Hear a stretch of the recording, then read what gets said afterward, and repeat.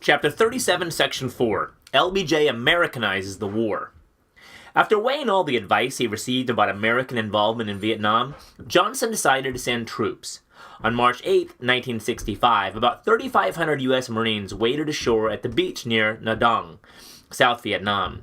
This was the first time U.S. combat troops had set foot in Vietnam. The Marines received a warm greeting from local officials. Several Vietnamese girls placed garlands of flowers around the soldiers' necks. The Marines knew this was no time to celebrate, though. They immediately began digging foxholes on the beach, preparing to defend against a Viet Cong attack. The next day, they continued bringing equipment and supplies ashore, including tanks equipped with flamethrowers. The Marines' job was to defend the air base at Da Nang, the home base for bombers taking part in Operation Rolling Thunder. Soon their orders changed, however. They were sent on patrol to find and eliminate enemy forces. These search-and-destroy missions led to the first firefights with Viet Cong guerrillas. Until the following month, LBJ kept this shift to combat status a secret from the American people. Johnson dramatically increased his troop levels. By the end of April, President Johnson had approved the dispatch of 60,000 more combat troops to Vietnam. In July, after conferring with advisors, he publicly announced that he was boosting U.S. troop levels dramatically to 125,000 men. "We cannot be defeated by force of arms," he said. "We will stand in Vietnam." LBJ's actions and words revealed that the United States was about to undertake a full-scale war. Yet the president did not officially declare war or ask Congress for permission to expand troop levels. He based his authority to act on the Gulf of Tonkin resolution. In the months that followed, the air war continued to intensify and the pace of the ground war accelerated. The first major assault by U.S. ground troops, called Operation Starlight, took place in August 1965 against 1,500 Viet Cong who were preparing to attack a U.S. air base near the coast. The battle started with bomb and artillery attacks on Viet Cong positions. Helicopters flew many of the 5,500 Marines to the battle site, and others came ashore from ships. Supported by tanks and fighter planes, the Marines successfully smashed the enemy force. In this American victory, Marines killed more than 600 Viet Cong, while 45 U.S. soldiers died. This pattern of delivering troops by helicopter while battering the enemy with overwhelming firepower would continue throughout the war. So would the lopsided pattern of casualties.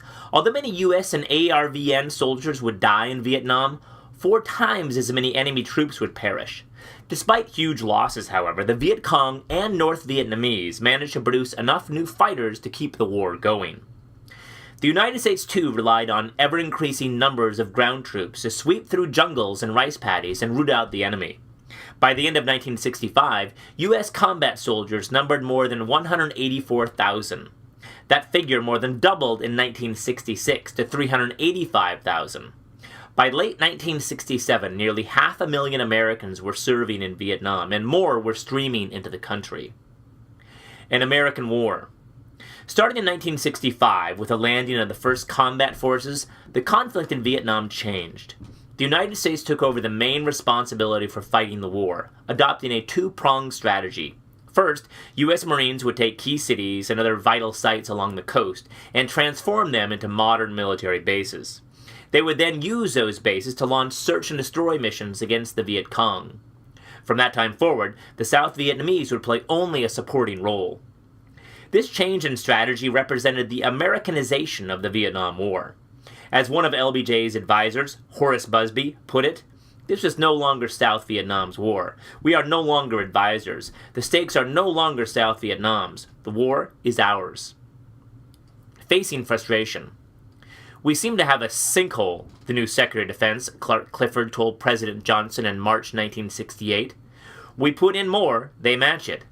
For 3 years, the United States had been putting more troops, weapons, and money into Vietnam, but was more bogged down than ever. While Clifford described the conflict as a sinkhole, others called it a swamp, a quagmire, or a morass. The idea was the same. The United States was stuck in Vietnam with no easy way out. Clifford was not the only policy advisor with a negative message. The war had turned several hawkish advisors into doves. They now counseled Johnson to cut back on the bombing, reduce troop levels, and pursue negotiations. One of LBJ's closest friends in Congress, Senator Mike Mansfield, gave him similar advice. When the president wanted to send 40,000 more troops to Vietnam, the senator objected.